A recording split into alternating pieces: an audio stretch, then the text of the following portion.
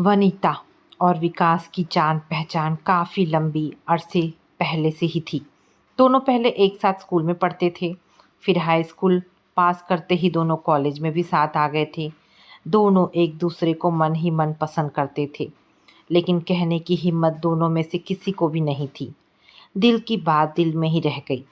समय गुजरता गया। आहिस्ता आहिस्ता कॉलेज ख़त्म हो गया और दोनों की राहें जुदा हो गई। फिर धीरे धीरे दोनों एक दूसरे को भूल गए। अब वनीता नौकरी करने लगी, जहाँ पर उसकी पहचान अभय से हुई। अब वनीता की ज़िंदगी में अभय आया। दोनों ही एक दूसरे को चाहने लगे थे। अभय के पिता बहुत बड़े अधिकारी थे, काफ़ी संपन्न परिवार था, जबकि वनीता की मिडिल क्लास परिवार उसके आगे कहीं नहीं टिकता था।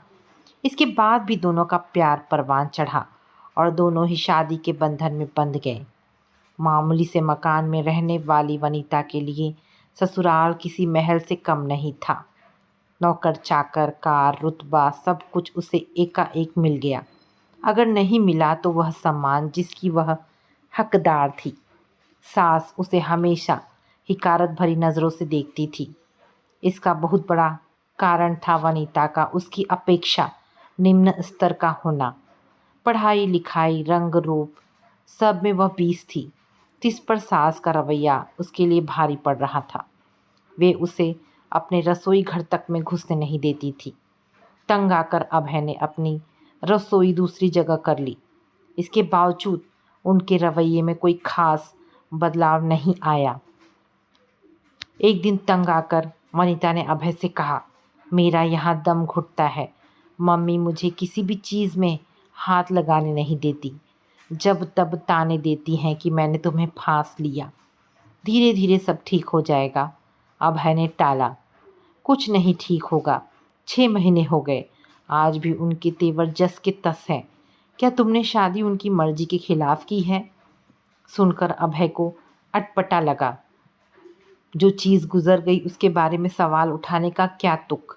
माना कि उनकी मर्जी के खिलाफ शादी की, तो भी क्या अब तलाक ले लें? अभय के पिता को इस शादी पर कोई ऐतराज़ नहीं था, मगर उसकी माँ इस रिश्ते के लिए तैयार न थी। अभय की ज़िद थी, सो बेमन से इस शादी में शरीक हुई। अभय को भरोसा था कि एक दिन माँ वनीता के गुणों से प्रभावित होकर उसे अपना लेगी। क्या सोच रहे हो? वनीता ने उसकी तंद्रा तोड़ी। आखिर तुम चाहती क्या हो? क्या हम अलग घर लेकर नहीं रह सकते? जाहिर है अभय को अच्छा नहीं लगा, मगर संयत रहा। एक ही शहर में अलग रहेंगे तो लोग क्या कहेंगे? मम्मी से नहीं निभ रही, मगर पापा वे तो हमेशा मेरे साथ खड़े रहे। उन पर क्या बीतेगी जब उन्हें पता चलेगा कि उनका बेटा उन्हें छोड़कर दूसरी जगह रहने जा रहा है। वनीता पर अभय की बातों का कोई असर नहीं हुआ। वह आखिरकार अपने मायके में आकर रहने लगी। मायके आकर उसने एक स्कूल ज्वाइन कर लिया। इस बीच अभय उससे मिलने आता रहा। जब भी वह आता उसे उसके फैसले पर पुनः विचार करने का दबाव बनाता, मगर वह अपने फैसले पर अडिग रहती। अभय को वनीता की कमी हमेशा खलती। ऐसा ही हाल वनीता का भी था। खुश थी तो उसकी सास, अच्छा हुआ जो चली गई, इसी बहाने छुट्टी मिली। अभय के पिता से अभय की मनोदशा छिपी ना थी। उन्हें यह सब देखकर तकलीफ़ होती।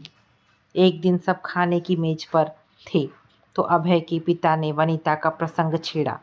सुनते ही माँ बिफर गई। आपको उसके जाने का ज़्यादा कष्ट है, ऐसा है तो आप उसके पास जाकर रहिए। वह तुनकते हुए आगे बोली, मैं अभय की दूसरी शादी करूँगी।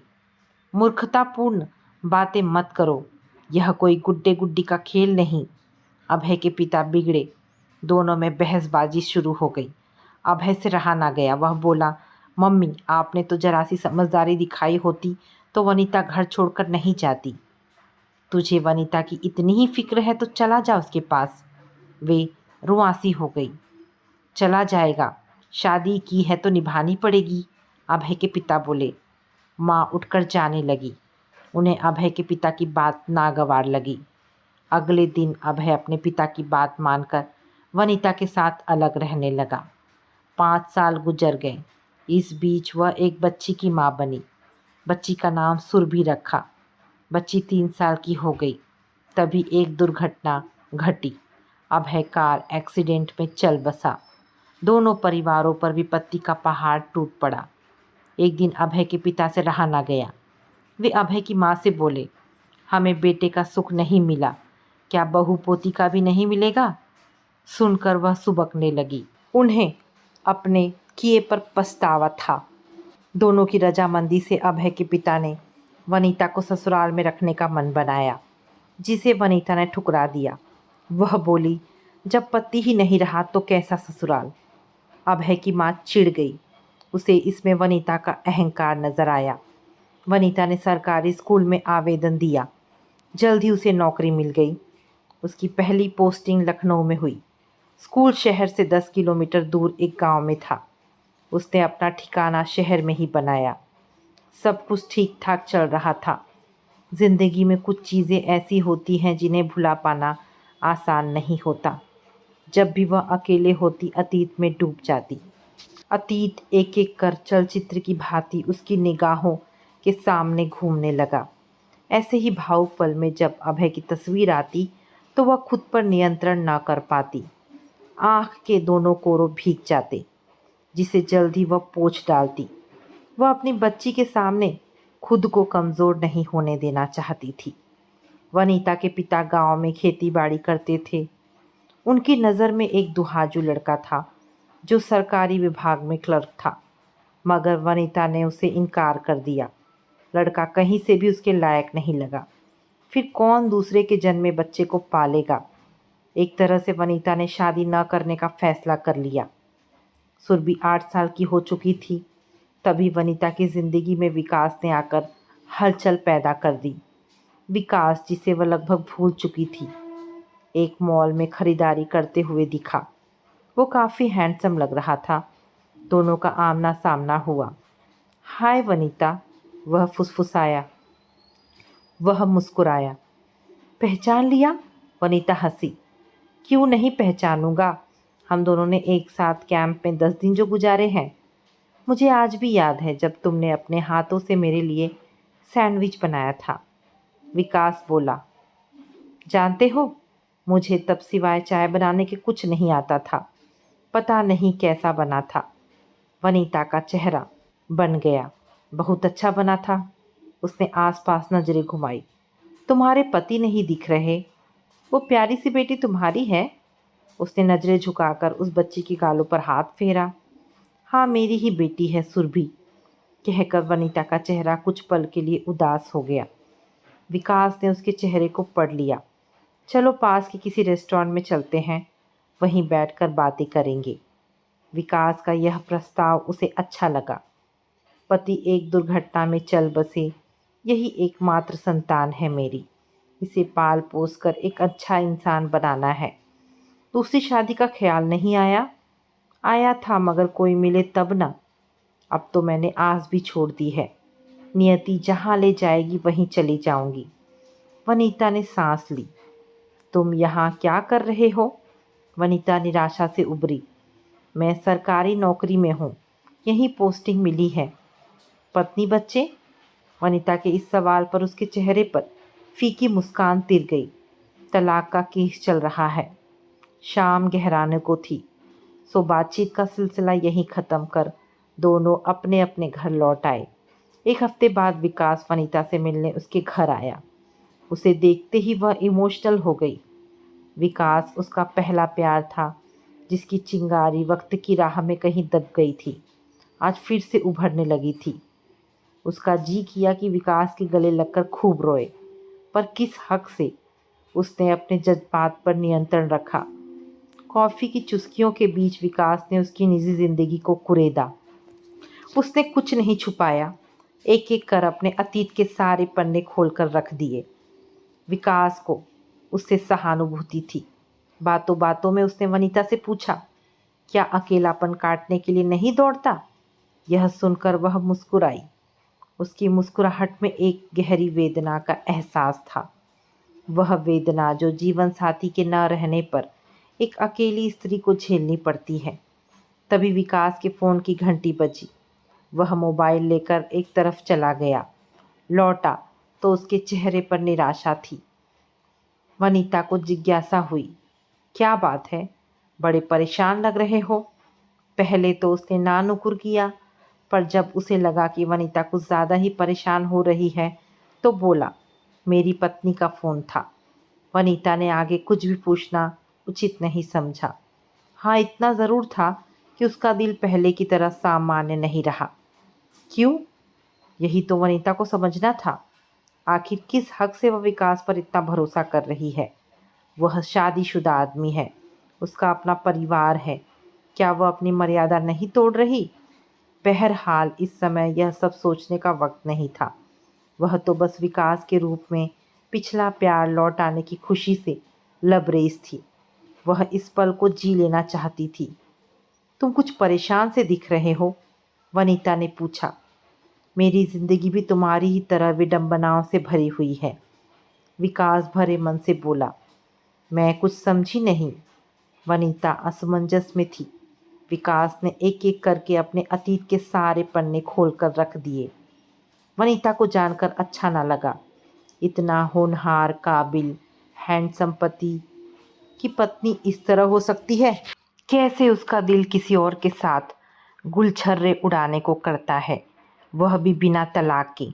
विकास ऐसा शरीफ कि कभी अपनी पत्नी से जोर जबरदस्ती नहीं की। दूसरा मर्द होता तो 1 मिनट में ऐसी पत्नी को ठीक कर देता। सोचकर ही वनीता का मन खराब हो गया। तुमने तलाक की अर्जी दी? वनीता ने पूछा। हाँ, पर क्या तलाक होना इतना आसान होता है? काफ़ी रुपयों की डिमांड करती है, जो मेरे लिए संभव नहीं है। तब क्या करोगे? यही सोच सोच कर परेशान रहता हूँ। आए दिन फ़ोन करके मुझे ब्लैकमेल करती है। मैं ठहरा सरकारी मुलाजिम, जरा सी ऊंच नीच हो गई तो कहीं का नहीं रहूँगा। रहती कहाँ है? मेरे ही फ्लैट में। मेरा एक बेटा भी है। घर खर्च भेजता हूँ सो अलग। बंद कर दो, अकल ठिकाने लग जाएगी।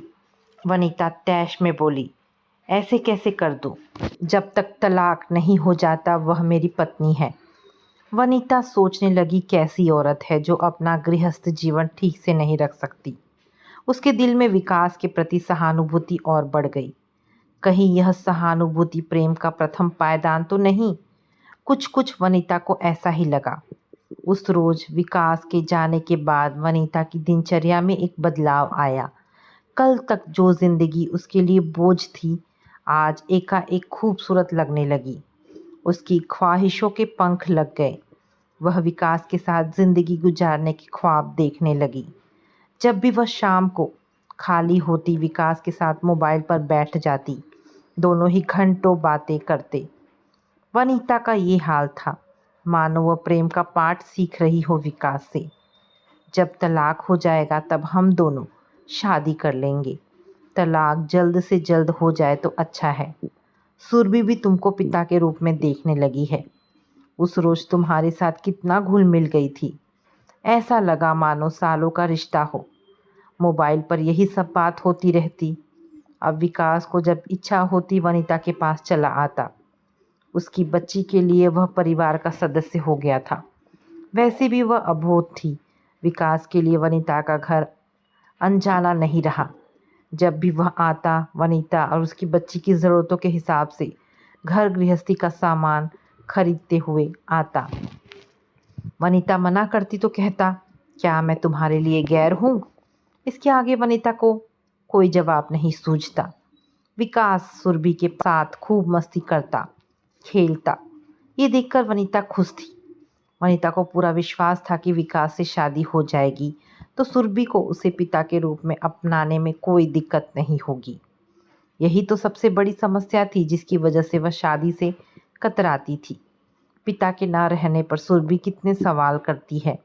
वनीता को समझ में नहीं आता कि कैसे उसे रास्ते पर लाए। ऐसे में विकास का आना माँ बेटी के लिए किसी वरदान से कम नहीं था। आहिस्ता आहिस्ता 1 साल गुजर गया। दोनों के संबंध गहरे होते चले गए थे। एक रोज फ्लैट की एक पड़ोसन ने विकास के बारे में वनीता से सवाल किया, जिसे सुनकर उसे अच्छा ना लगा। उस रात जब विकास आया तब वनीता ने इस घटना की चर्चा की।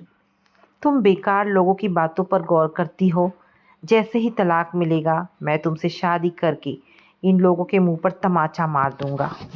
वनीता को तत्काल राहत मिली, मगर मन में उठने वाली सामाजिक रुसवाइयों को लेकर उसकी बेचैनी कम नहीं हुई। वह जल्द से जल्द शादी करके इस रुसवाई से मुक्ति चाहती थी। देखते ही देखते 3 साल गुजर गए। इस बीच विकास जब कभी मुंबई अपनी पत्नी के पास जाता तो उसका एक ही जवाब होता, तलाक के सिलसिले में जा रहा हूँ, तारीख पड़ी है। एक दिन वनीता से रहा ना गया। वह तल्ख लहजे में बोली, वह आखिरी चाहती क्या है? उसने 30 लाख रुपए की डिमांड की है, साथ में हर महीने 50,000 घर खर्च। कहाँ से इतना रुपया लाकर दूँ? विकास झल्लाया। उसकी गर्म तेवर देख वनीता ने खुद को संयत किया। तुम्हें इतना देने में दिक्कत क्यों हो रही है? अगर तुम नहीं दे सकते तो मैं तुम्हारी मदद कर सकती हूँ। अगर वह तुम्हारी तनख्वाह का आधा ले भी लेती है तो देकर मुक्ति पाओ। मैं खुद सरकारी नौकरी में हूँ, आराम से रह लेंगे। वनीता को लगा कि इसे सुनकर विकास का सारा तनाव खत्म हो जाएगा, मगर ऐसा नहीं हुआ। जैसा तुम समझती हो वैसा कुछ नहीं है। वो एक नंबर की लालची है। आज 30 मांगी है, कल 40 मांगेगी। इसलिए सोचता हूँ कि कोर्ट जो फैसला लेगी वही ठीक रहेगा। विकास ने कहा। भले ही सारी जिंदगी निकल जाए। वनीता चिढ़ी। विकास को वनीता के बात करने का तरीका अच्छा ना लगा। क्षणांश विचार प्रक्रिया से गुजरने के बाद वनीता बोली, तुम मुझे अपनी पत्नी का फ़ोन नंबर दो, मैं उससे बात करूँगी। तुम ऐसा कभी नहीं करोगी। विकास एकाएक घबरा गया। वह बोला, ये हमारा पर्सनल मामला है। समय निकलता जा रहा है, सुर भी बड़ी होती जा रही है। पता नहीं आगे वह इस रिश्ते के लिए तैयार होगी भी या नहीं। अभी तुमसे घुली मिली है। वनीता हताश थी। तुम व्यर्थ परेशान होती हो, सब ठीक हो जाएगा। उसका हाथ अपने हाथ में लेते हुए विकास यूं बोला मानो कुछ हुआ ही ना हो। उसकी निश्चिंतता वनीता को बेचैन करती। उसकी स्थिति परकटे परिंदे की तरह हो गई थी। न उठ सकती थी और न दूर तक चल सकती थी। सभी दोनों के रिश्ते को जान चुके थे, यहाँ तक कि वह अपने पिता से भी इस रिश्ते का जिक्र कर चुकी थी। पिता की रजामंदी थी। वो बेटी की खुशी में ही अपनी खुशी देख रहे थे। जिंदगी का क्या ठिकाना, कल रहे या ना रहे, इससे पहले ही वे वनीता का घर बसा हुआ देखना चाहते थे। एकाएक वनीता ने अपना हाथ खींच लिया। विकास को अटपटा लगा।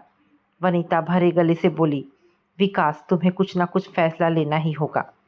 विकास के माथे पर चिंता की लकीरें उभर आई। कल तक वह सहज थी, मगर आज बेहद गंभीर और निर्णायक मूड में थी। अचानक ऐसा क्या हो गया? उसने वनीता को फिर से सामान्य स्थिति में लाने के लिए बहकाने लगा। डार्लिंग, इतना परेशान क्यों होती हो? अभी 3 साल ही तो गुजरे हैं। कुछ महीने की बात है। वकील ने कहा है कि अब फैसला होने में देर नहीं होगी। इसमें नई बात क्या है?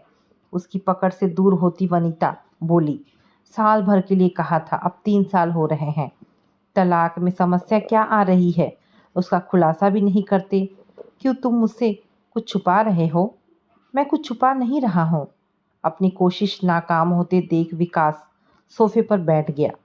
वनीता के आंसू थमने का नाम नहीं ले रहे थे। इसमें टेसुए बहाने की क्या जरूरत है? हमने जो किया आपसी सहमति से किया। तुम कहना क्या चाहते हो? यही कि अगर तुम इस रिश्ते को आगे नहीं ले जाना चाहती तो मेरी तरफ से आज़ाद हो। विकास, वनीता चीखी, 3 साल से हम साथ रह रहे हैं और आज कह रहे हो कि मैं तुम्हें आज़ाद करता हूँ? हमारा तो दिल का रिश्ता था ना। क्या दिल का रिश्ता इतना कमज़ोर होता है कि पल भर में ही उसे तोड़ने का फैसला कर लिया? तुम तो मुझसे शादी करने वाले थे ना। अब क्या हुआ? मन बदल लिया। हाँ, कह दिया था कि जैसे ही तलाक हो जाएगा मैं तुमसे शादी कर लूँगा। विकास बोला, मगर तलाक हो तब ना। कब तक होगा? वनीता के इस सवाल का उसके पास कोई जवाब नहीं था। वह उसे संभालने की नीयत से बोला, वनीता इतना गुस्सा मत खो। मैं तुम्हारी ज़िंदगी से जाने वाला नहीं, बस थोड़ा इंतज़ार करो। जैसे ही तलाक हो जाएगा मैं तुमसे शादी कर लूँगा। तुम कभी नहीं करोगे। वनीता ने मानो उसके मन की बात पकड़ ली हो। वह आगे बोली, मुझे तुम दोहरे चरित्र के लगते हो। मुझे तो ये भी शक है कि तुम्हारा मुकदमा चल भी रहा है या नहीं। विकास निरुत्तरित था विकास निरुत्तरित था। उस रोज किसी तरह वह वनिता के सवालों से बचकर निकल गया। घर में उसका मन विचलित था। वनिता की मनोदशा देख वो अंदर ही अंदर भयभीत था। उसे सपने में भी भान नहीं था कि वनिता शादी को लेकर इतना संजीदा है। वह तो अब तक इस रिश्ते को लेकर सहज था। वनिता अकेली थी। उसे एक जीवन साथी की जरूरत थी। उसकी कमी उसने पूरी की। इसी का नतीजा था जो उसके फूल से मुरझाए चेहरे पर ताजगी आई। उसकी वीरान जिंदगी में बहार की रंगत बिखरी। वरना अब तक उसने बेहद उदास वक्त गुजारा। आज वनिता की हालत ऐसी हो गई थी कि वह उसकी गैर मौजूदगी की कल्पना से ही डर जाती। वह भरसक चाहती थी कि जितनी जल्दी उन दोनों की शादी हो जाए ताकि असुरक्षित जिंदगी से छुटकारा मिल सके। एक अकेली स्त्री के लिए जीवन काटना इतना आसान नहीं होता। उस पर एक बेटी की माँ जिसकी सुरक्षा उसे हर वक्त चिंतित किए रहती। पति का साया मिलेगा तो लोगों को तरह तरह की बातें बनाने का मौका नहीं मिलेगा। 2 दिन तक विकास उसके पास नहीं आया। वनिता को लगा कि वह उससे नाराज है। जब उसका गुस्सा शांत हुआ तो उसे इस बात के लिए बेहद अफसोस हुआ कि क्यों बिना वजह विकास पर तोहमत लगाई। हो सकता है कि वह जो कह रहा है सही हो। उसने विकास को फोन लगाकर माफी मांगनी चाहिए, मगर उसने उठाया नहीं। बार बार स्विच ऑफ के संकेत मिल रहे थे। ऐसा पहले कभी नहीं हुआ। तो क्या विकास उससे अपने अपमान का बदला ले रहा है? सोचकर वह सिहर गई। मन आशंकाओं से घिर गया। वह अपने आप को दोषी मानने लगी। बिना वजह विकास पर शक किया और इतना कुछ सुना दिया। मगर अगले ही पल यथार्थ के धरातल पर आई तो लगा जो कहा सही कहा। जिंदगी भावनाओं से नहीं चलती। इंसान को कड़े फैसले लेने पड़ते हैं। ऐसा कब तक चलेगा? क्या उसके पास इतना वक्त है? समय निकलता जा रहा है। कल सुरभि परिपक्व हो जाएगी। तब भी क्या इस रिश्ते को उसी रूप में लेगी जैसे लेती आई है? परिपक्वता आएगी तो निश्चय ही उसे यही लगेगा कि मैं चरित्रहीन हूँ। फिर तो मैं अपनी बेटी की नज़रों से भी गिर जाऊंगी। वनिता ने कई बार फोन लगाने की कोशिश की, मगर हर बार उसे नाकामी हाथ लगी। उसकी आकुलता बढ़ती ही जा रही थी। रातों को नींद नहीं आती। कम से कम फोन से हाय हेलो तो कर सकता था। क्या इतना कहने की भी उसके पास फुर्सत नहीं? ऐसे तो हर रोज किसी न किसी बहाने उससे मिलने आ जाता था। अब कौन सी व्यस्तता आ गई? काफी सोच विचार कर उसने उसके क्वार्टर पर जाने का फैसला लिया। 3 साल में वो पहली बार उसके क्वार्टर जाएगी। ना विकास ने कहा, ना ही उसने कभी जाने का दबाव डाला। क्वार्टर पर ताला लगा हुआ था। पड़ोस की महिला से पूछा तो बताया कि वह अपने घर मुंबई गए हैं। क्यों? के सवाल पर वह बोली, आपको पता नहीं उनकी पत्नी की तबीयत एकाएक खराब हो गई है। सन्न रह गई वनिता ये सुनकर। एक चरित्रहीन पत्नी के लिए आज भी इतना लगाव? जो मुझसे बिना बताए चला गया। ये छल नहीं है तो क्या है? जब तक वह मेरे पल्लू से बंधा था, सिवाय उसकी बुराई के उसे कुछ नहीं सूझता था। और आज एकाएक उसकी बीमारी की खबर सुनते ही मुंबई भाग गया।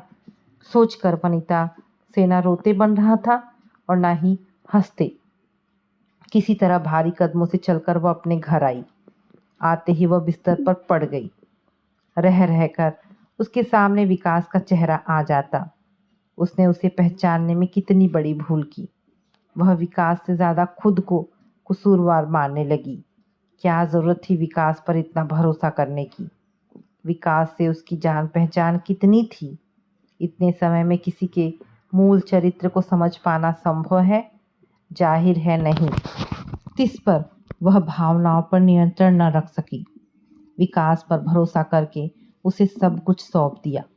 उसका मन कचोटने लगा। क्या वह कभी अपने आप को माफ कर पाएगी? एक आध बार उसकी अबोध बेटी के लिए बुरा लगा। उसकी विकास के साथ अच्छी दोस्ती हो गई थी। कल को विकास उसका पति हो जाएगा तो सब कुछ ठीक हो जाएगा और उसे पिता का स्नेह भी मिलेगा जिसकी उसे ज़रूरत थी। लेकिन अब कौन सा मुंह लेकर अपनी बेटी के सामने जाएगी? जो माँ खुद को रास्ता नहीं दिखा सकी, वह भटकती हुई बेटी को क्या दिखाएगी? हो सकता है कि बाद में वह यह भी कह सकती है कि तुम अपना देखो, तुमने क्या किया था। चिंताओं में डूबी थी वनीता कि तभी मोबाइल की घंटी बजी। फ़ोन विकास ने किया था। यह आग में घी से कम नहीं था वनीता के लिए। फ़ोन क्यों किया? हेलो, तुम्हारा मिस कॉल आया था। पत्नी कैसी है? वनीता ने तंज कसा। मैं कुछ समझा नहीं। बनने की कोशिश मत करो, मुझे सब पता चल चुका है। मैंने तुम्हें इसलिए फ़ोन किया है कि मेरा ट्रांसफ़र हो चुका है। और हाँ, ये सच है कि मेरी अपनी पत्नी के साथ तलाक का मुकदमा चल रहा है, मगर मेरी भरसक कोशिश यही है कि सब कुछ सामान्य हो जाए। कोई अपने बसे बसाए घर को तबाह होते नहीं देख सकता। मेरा एक बड़ा बेटा है, अब क्या मैं उसे खोना चाहूँगा? जैसे ही वह फ़ोन रखने जा रहा था, वनीता ने रोका। मेरी भी सुनते जाओ। यह मत समझना कि मुझसे छल कर तुम चैन से जी लोगे। तुमने दो जिंदगियां बर्बाद की है, एक मेरी, दूसरी मेरी बेटी की। पर याद रखना कि मैं कमज़ोर नहीं हूँ। मैं अपनी पहचान के साथ जीऊँगी। नहीं ज़रूरत है मुझे तुम जैसे कायर जीवन साथी की। अच्छा हुआ जो तुमने पहले ही अपनी असलियत बता दी, वरना मैं अपने आप को कभी माफ़ ना कर पाती। कहते कहते वनीता की आंखें छलछला आई। विकास ने फ़ोन काट दिया। तभी वनीता की नज़र सामने खड़ी सुरभि पर गई। ऐसा लगा वह दोनों की बातें सुन रही थी। सुरभि स्कूल से कब आई? अभी इसी उधेड़-बुन में थी कि वह अपनी माँ के करीब आई। उसके आंसू पोंछते हुए बोली, मम्मी तुम रो मत, उनकी मुझे भी ज़रूरत नहीं। इतनी समझदारी की बात करने वाली 11 वर्षीय बेटी को उसने गोद में भर लिया और फूट-फूट कर रोने लगी। तो दोस्तों, ये कहानी यहाँ पर समाप्त होती है। आशा करती हूँ कहानी पसंद आई होगी। अगर कहानी पसंद आई है तो प्लीज़ इसे लाइक एंड शेयर करें। दोस्तों, ऐसी ढेरों पारिवारिक और शिक्षाप्रद कहानी सुनने के लिए मेरे चैनल को प्लीज़ सब्सक्राइब करें। धन्यवाद दोस्तों। मिलते हैं एक नई कहानी के साथ।